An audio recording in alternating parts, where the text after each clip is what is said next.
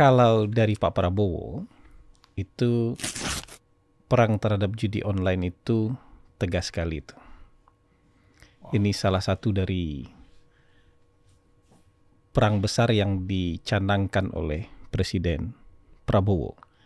Yang pertama itu judi online, yang kedua itu narkoba, yang ketiga itu penyelundupan, yang keempat itu korupsi.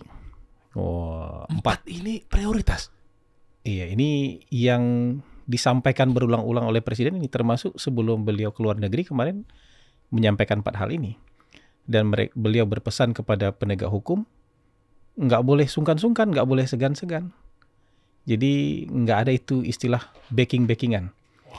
Tegakkan hukum dan nggak boleh main-main soal 4 ini. Karena ini menghancurkan sendi-sendi kehidupan berbangsa. Termasuk juga menghancurkan kehidupan masyarakat kecil secara langsung. Ya, salah satunya judi online.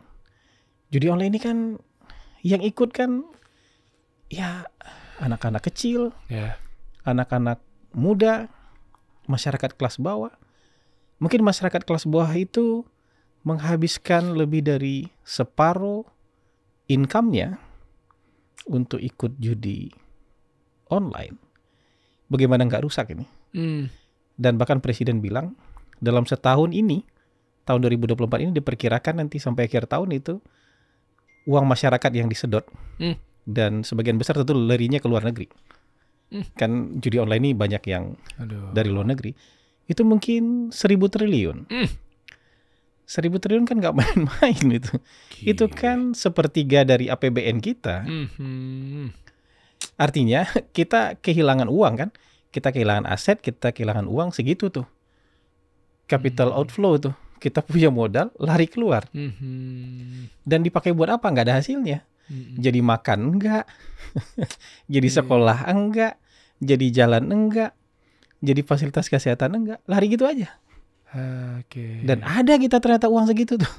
Gile. Nah makanya kalau soal judi online itu nggak pernah putus kayaknya Pak Prabowo menyampaikan soal itu.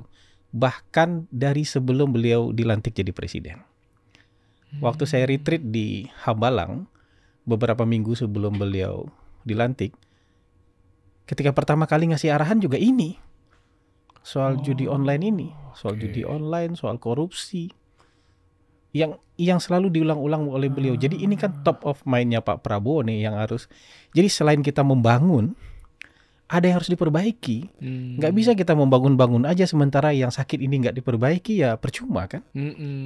Kita membangun iya, tapi ada yang sakit di bangsa kita, ada yang kurang benar di bangsa kita kan harus dibenerin.